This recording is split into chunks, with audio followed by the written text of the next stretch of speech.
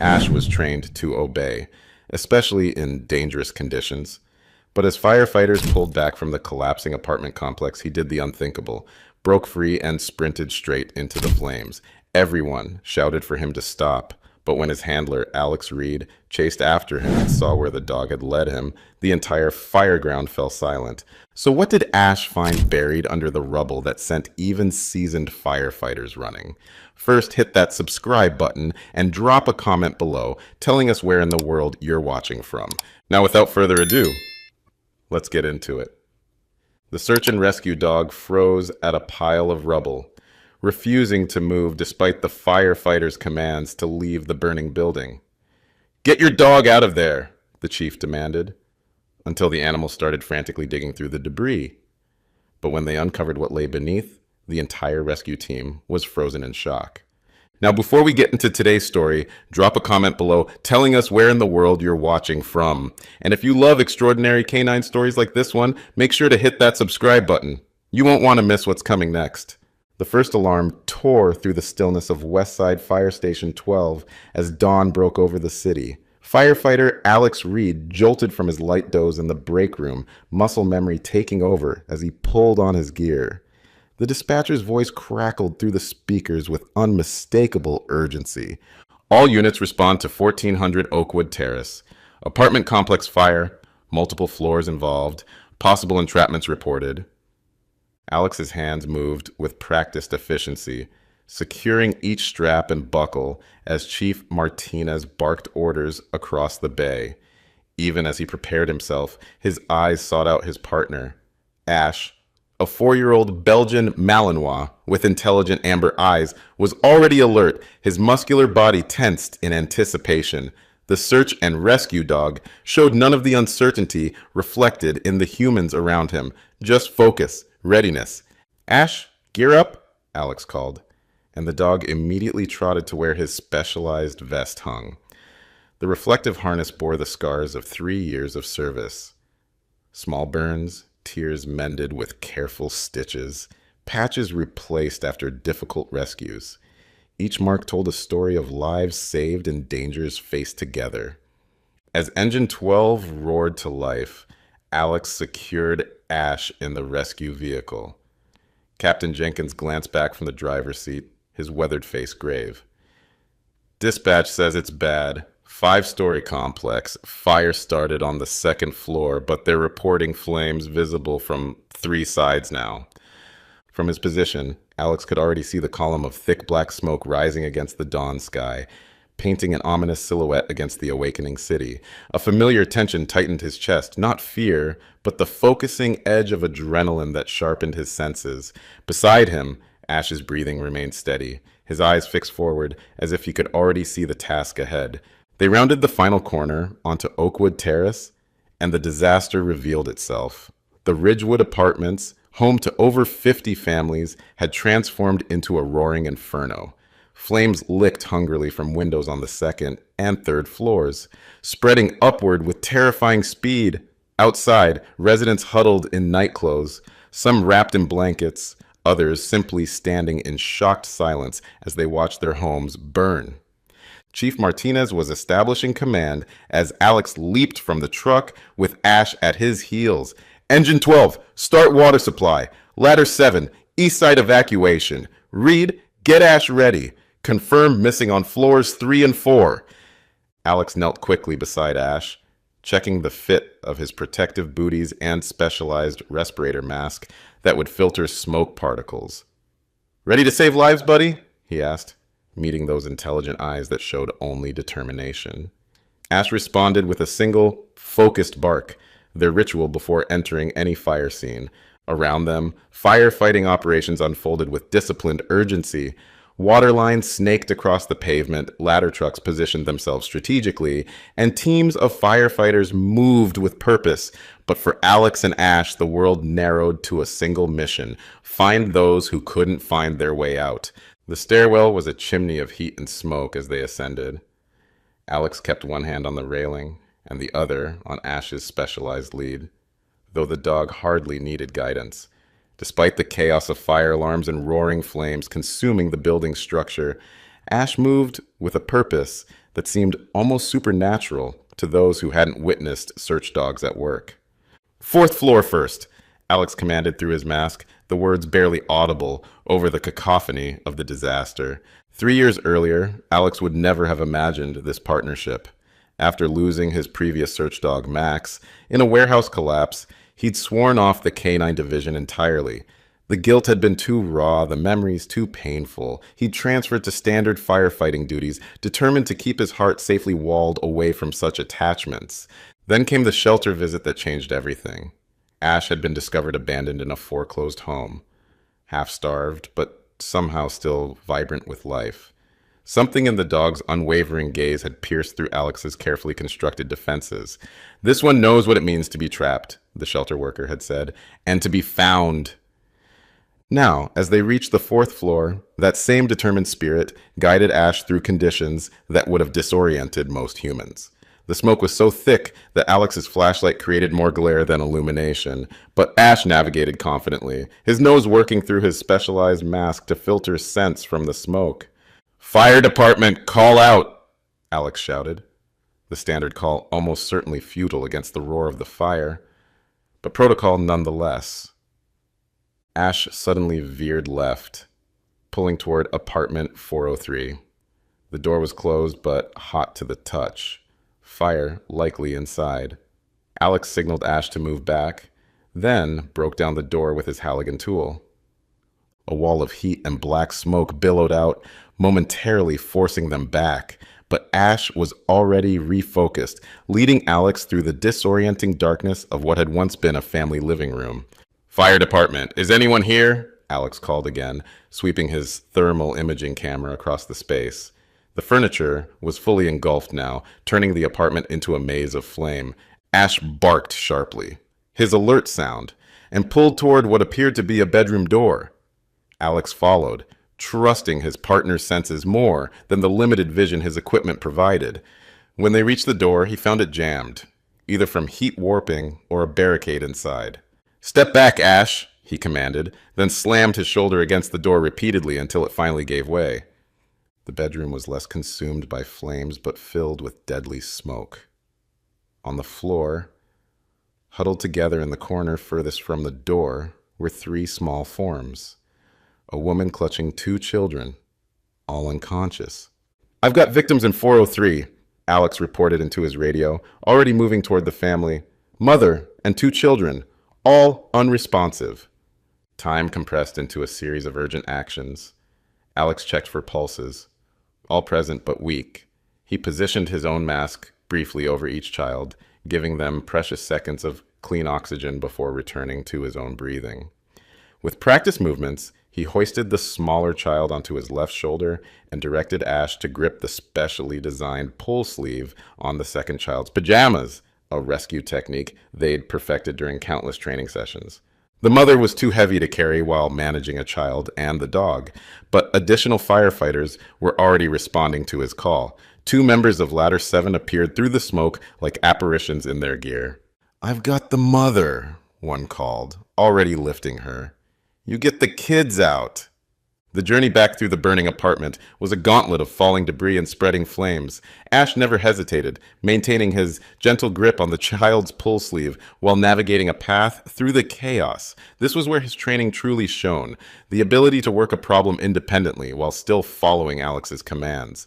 They reached the stairwell just as a section of ceiling collapsed behind them, sending sparks cascading over their backs. The children were beginning to stir, a good sign. But the building was deteriorating rapidly.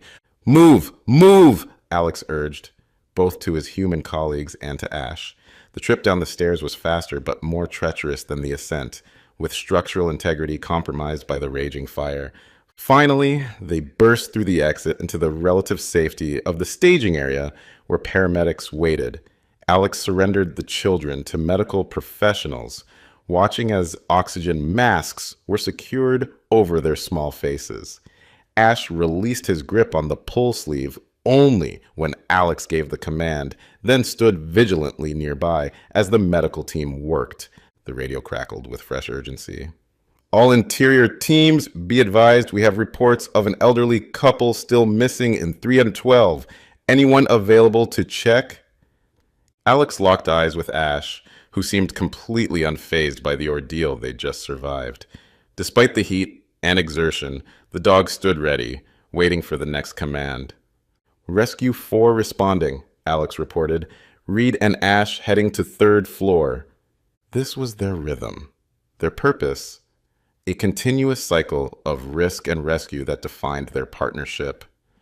Without pausing for more than a quick drink of water for both of them, they turned back toward the burning building, undeterred by the flames now visible from nearly every window. The 3rd floor was an apocalyptic landscape of fallen ceiling tiles, shattered glass, and flame-consumed furniture. The building's sprinkler system had activated, but was clearly overwhelmed, creating a grotesque parody of rainfall that turned the smoke into a toxic mist rather than extinguishing the fire. 312 should be to the right, Alex muttered, more to himself than to Ash, who was already moving in that direction. The heat pressed against them like a physical entity, testing the limits of both man and dog's protective equipment. Alex's thermal sensors showed dangerously high ambient temperatures. They wouldn't have much time before conditions became unsurvivable. Ash paused at apartment 312, his body language shifting to alert status. The door was already partially open, likely from earlier evacuation attempts. Alex pushed it wider with his Halligan tool, revealing an apartment in the early stages of being consumed by fire. Fire department, call out! To Alex's surprise, a feeble voice answered from deeper inside. Help! We're here! Bathroom! Ash needed no command, already tracking toward the source of the voice. They found an elderly man kneeling beside the bathtub, where his wife lay unconscious, a wet towel covering her face in a desperate attempt to filter the smoke. With help from additional firefighters, who arrived quickly, they evacuated the elderly couple via a fire escape, just as that section of the building showed signs of imminent collapse. No sooner had Alex's boots touched concrete than a tremendous groaning sound announced the partial collapse of the building's eastern section, precisely where they'd been just minutes earlier. All personnel accounted for? Chief Martinez's voice boomed over the radios and through the staging area. A flurry of confirmations followed as team leaders verified their members' safety. Alex checked Ash over, running practiced hands along the dog's body to feel for any injuries the adrenaline might be masking. Finding none, he removed the dog's respiratory mask, allowing Ash to pant freely in the relative freshness of the outside air. You did good, buddy, he murmured, offering water from a specialized bottle. Real good. Reed! Chief Martinez approached, his face streaked with soot beneath his helmet. You and Ash take 15. Then I need you on the southwest corner with Engine 3. We're going defensive on the entire structure. It's too compromised for any further interior operations. Alex nodded, gratefully accepting the brief respite. He guided Ash to the rehabilitation station where Dr. Chen, the department veterinarian, was already waiting, having been called in for the major incident. Let me see him, Dr. Chen said, immediately checking Ash's respiratory rate and examining his paws for burns. He's showing mild heat stress, but nothing serious. Keep him hydrated and in the shade for at least 15 minutes. All residents accounted for? Alex asked a nearby officer who was updating the incident board. Far as we can tell, she replied, checking her clipboard. Building manager confirmed all apartments evacuated or searched. 17 to hospital, no confirmed fatalities. Alex felt the familiar mixture of exhaustion and relief that came with a successful evacuation. He turned to share the good news with Ash, only to find the dog's demeanor had completely changed. Gone was the relaxed posture of a working dog, taking a well-earned break. Instead, Ash stood rigid, ears forward, eyes fixed on the burning building with an intensity Alex recognized all too well. Ash, what is it? He asked, immediately alert to the change. The dog whined, a sound rarely heard from the disciplined rescue animal, and took several steps toward the burning structure before looking back at Alex with unmistakable urgency. There's no one else in there, buddy, Alex said, trying to reassure him. We got everyone out. But even as he spoke the words, a cold certainty formed in his gut. In 3 years of partnership, he had never once seen Ash wrong about a potential victim. If the dog believed someone remained inside, then someone did, regardless of what the official headcount indicated. Ash barked sharply, the sound cutting through the cacophony of the fire scene. Then again, more insistent this time. Whoa! Settle him down, advised Lieutenant Wilson, who had been assigned temporary handling duty while Alex prepared to join the exterior firefighting efforts. He's probably just reacting to all the stimulation. Wilson reached for Ash's lead, but the dog backed away, barking with increasing urgency, eyes never leaving the burning building. Something's wrong, Alex said, already reaching for his gear. He doesn't do this. Ever. Before he could reclaim the lead, Ash made his move, lunging forward with such sudden force that the clip connecting his harness to the lead snapped clean away. In an instant, the rescue dog was sprinting across the fire ground, dodging between firefighters and equipment with single-minded determination. Ash! Alex shouted, horror flooding through him as he watched his partner race toward the fully engulfed structure. Ash, stop! But the dog was already disappearing through a ground floor entrance, vanishing into the smoke and flames without hesitation. Mayday! Mayday! Alex shouted into his radio, already running toward his gear. Canine officer has re-entered the building. East entrance, ground floor. The response was immediate and incredulous. Say again, Reed. Your dog went back in? Alex was throwing on his oxygen tank with desperate speed, not bothering with proper checks in his urgency. Affirmative, Ash has re-entered. He's detecting something. Someone might still be inside. Negative on re-entry, Reed, came Chief Martinez's immediate order. Building is structurally compromised. I repeat, do not enter that building. But Alex's hands never faltered as he secured his mask and helmet. 3 years of partnership, hundreds of hours of training, and dozens of live rescues had taught him one inviolable truth. Ash didn't make mistakes about victims. If the dog detected someone, then someone was there. Official headcounts be damned. With respect, Chief, Alex responded, already moving toward the building. My partner's inside, and he's found something. I'm going in. Reed, stand down! Martinez's voice thundered both over the radio and across the staging area as he spotted Alex's movement. That's a direct order! For the briefest moment, Alex hesitated. 15 years of disciplined service warring with the absolute certainty that his partner needed him. Then memory flashed through his mind. Max, his first partner, lost because Alex had followed orders to retreat rather than trusting the dog's instincts. I can't, sir, he replied simply, and plunged into the smoke. The interior of the building was nearly unrecognizable from even 20 minutes earlier. What had been a dangerous but navigable structure was now a hellscape of collapsed ceilings, burning furniture, and structural beams hanging precariously overhead. The temperature had risen to levels that tested the limits of his protective gear, the air so superheated that each breath felt like inhaling fire despite his SCBA. Ash! Alex called, his voice muffled by his mask and the constant roar of the fire. Ash! Navigating by memory and instinct, he pushed toward where apartment 104 should be, the direction Ash had headed. Visibility was near zero, forcing him to stay low and move by feel as much as sight. His thermal imaging camera showed little beyond an overwhelming field of heat signatures from the fire itself.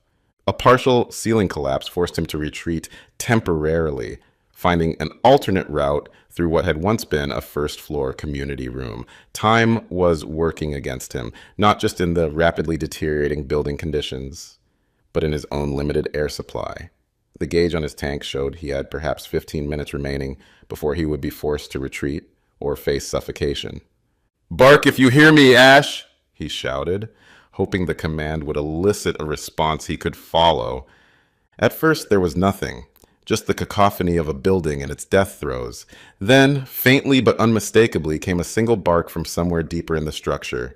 Alex oriented toward the sound, pushing forward with renewed purpose. 3 minutes of careful navigation brought him to a corridor he barely recognized. Support beams had crashed through the ceiling, creating a treacherous obstacle course of burning debris. The temperature was so extreme that the faceplate of his mask was beginning to show signs of heat stress. Another bark, closer now, guided him forward. Finally, through a curtain of smoke, Alex spotted a familiar form. Ash, partially obscured by fallen debris, but very much alive and working with desperate intensity. Ash, thank God, Alex gasped, rushing forward to reach his partner. What he found stopped him cold. Ash stood before a massive pile of rubble, what appeared to be a collapsed interior wall and ceiling section. The dog was frantically digging and pulling at the debris, pausing occasionally to look back at Alex with desperate urgency. Someone was buried beneath. Alex dropped to his knees beside Ash, frantically working to shift the debris that had the dog so agitated. "Good boy," he encouraged, even as his gloved hands tore at shattered drywall and splintered wood. "Show me, Ash. Show me where." Ash responded by intensifying his efforts at a specific section, nose working overtime despite the choking smoke. Alex focused his efforts there, ignoring the dangerous creaking of the structure around them and the steadily declining number on his air gauge. When his glove scraped against something that wasn't building material, he almost missed it, but Ash's renewed barking drew his attention back. Clearing more debris with desperate speed, Alex uncovered what Ash had detected, a human hand, small and delicate, protruding from beneath the rubble. Heart pounding, he pressed his fingers against the wrist, praying for what seemed impossible in these conditions, and felt it, a pulse, weak but present. "I've got a victim," he shouted into his radio, the adrenaline surge making his voice crack. "First floor, east corridor, under collapse. Victim is alive. Repeat, live victim." Carefully clearing more debris, he revealed more of the person trapped beneath. A teenage girl, unconscious but alive. Her face partially protected by what appeared to be a bathroom door that had fallen at an angle over her. "Hang on," he murmured, though he knew she couldn't hear him. "We're going to get you out." The situation was excruciating. He could see her now, but massive sections of wall and ceiling still pinned her lower body. Moving these without proper equipment risked causing further injury or, worse, destabilizing the entire collapsed section. A tremendous groaning from overhead warned of imminent further collapse. At the same time, his air gauge beeped its 5-minute warning. Impossible choices confronted him: stay with the victim and risk all three of them being buried, or leave to seek help and potentially return to find the girl crushed by additional collapse. The decision was made for him when Ash suddenly tensed, ears perked toward the hallway. Moments later, the welcome sight of 2 fully geared firefighters emerged from the smoke. "Over here!" Alex called, relief flooding through him. "We've got a live one!" The RIT team moved quickly, assessing the situation with practiced efficiency. "We need to shore this up before extraction," the leader decided. "Hansen, get the portable stabilizers from your pack." Working together, the 3 firefighters carefully positioned emergency bracing to prevent further collapse while they freed the trapped girl. Ash remained close, his presence a strange comfort in the hellish environment, as he continued to monitor the girl with unwavering attention. "On 3, the RIT leader ordered when they were ready. 1, 2, 3. They lifted the heaviest section of debris together, allowing the second team member to quickly pull the girl clear. Alex immediately checked her vitals again. Still alive, but her breathing was shallow and labored. "Let's move, now," the leader ordered. "This whole section is going to come down any second." Alex scooped the girl into his arms while the RIT members gathered their equipment. She was lighter than expected, probably no more than 15 or 16 years old. Her right leg hung at an unnatural angle, clearly broken, and a jagged piece of glass had embedded itself in her shoulder. Despite these injuries, it was smoke inhalation that posed the most immediate threat to her life.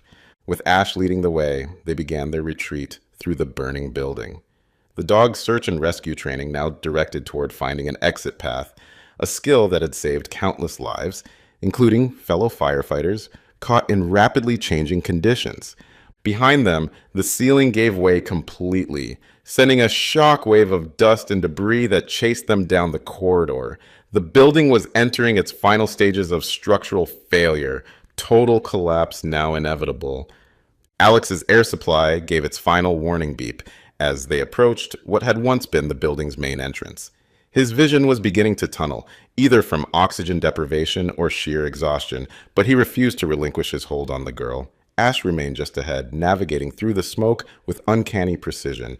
After what seemed like an eternity, a rectangle of lighter gray appeared in the otherwise black smoke. The exit, With the last of his strength, Alex pushed forward, Ash faithfully guiding him those final crucial steps. They burst through the doorway into the relative brightness of the outside world, emerging through a curtain of smoke, just as another section of the building collapsed behind them with a thunderous roar. The transition from inferno to open air was jarring, from deafening roar to the organized chaos of the command area. For a moment, Alex simply stood there, the unconscious girl cradled in his arms, Ash pressed against his leg. All three of them transformed into living sculptures of ash and exhaustion. "We need a medic!" someone shouted, and suddenly they were surrounded by paramedics, hands reaching for the girl, voices overlapping in rapid assessment. Female adolescent, approximately 15 to 16 years, Alex reported automatically as he gently transferred her to the waiting gurney. Unconscious upon discovery, breathing shallow, pulse weak but present, right femur fractured, laceration to left shoulder with embedded glass, probable smoke inhalation. As they prepared to move the girl to the ambulance, Alex noticed something clutched in her hand, a small silver locket. Its chain wrapped tightly around her fingers as if it were the most precious thing in the world. "Wait," he said, pointing to it. "Make sure that stays with her. It might be important." Only then did Alex allow himself to be guided toward the medical assessment area, Ash limping slightly beside him. Dr. Chen immediately approached to examine the dog, while another paramedic insisted Alex sit down and accept oxygen.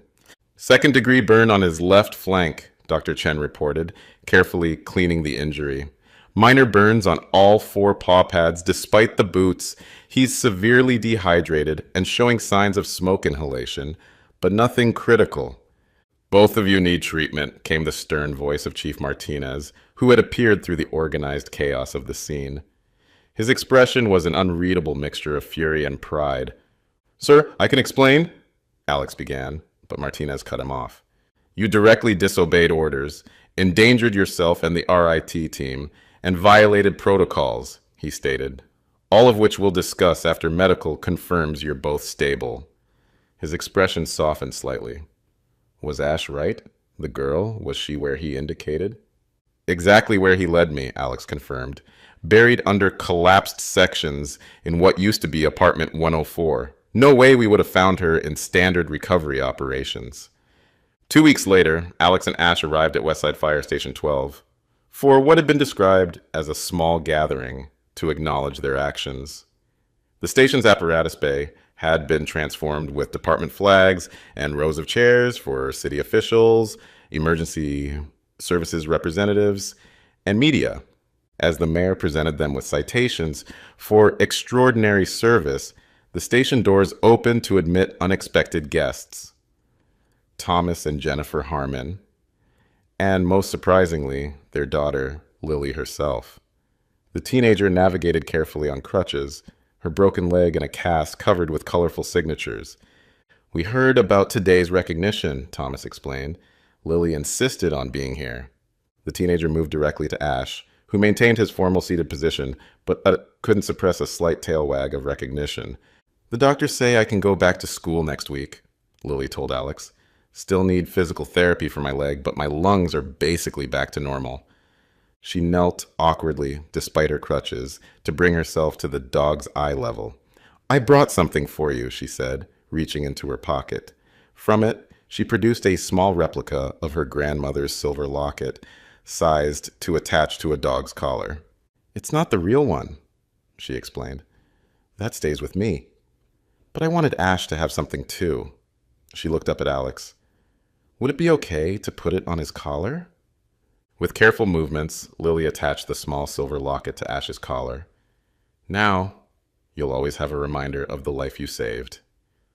Later, as they walked through the familiar corridors of Station 12, Captain Jenkins intercepted them. "Welcome back, you two. Ready to get to work?" Alex glanced down at Ash, who looked up with that familiar expression of absolute readiness, the working dog's equivalent of enthusiasm tempered by discipline. "Yes, sir," Alex replied, feeling whole again for the first time since their ordeal. "We're ready." Have you ever witnessed an animal sense something that humans completely missed? It's remarkable how their instincts can sometimes perceive dangers that remain invisible to our supposedly superior senses. What would you have done if you were in Alex's position? Would you have trusted your partner's instincts enough to risk everything? If you've ever formed a special bond with an animal, you know that communication goes beyond commands and training. Has a pet or working animal ever surprised you with their intelligence in a critical moment? If today's story touched your heart, please hit that like button to help us reach more animal lovers. Don't forget to subscribe to our channel for more extraordinary canine tales and press the notification bell so you never miss our new uploads.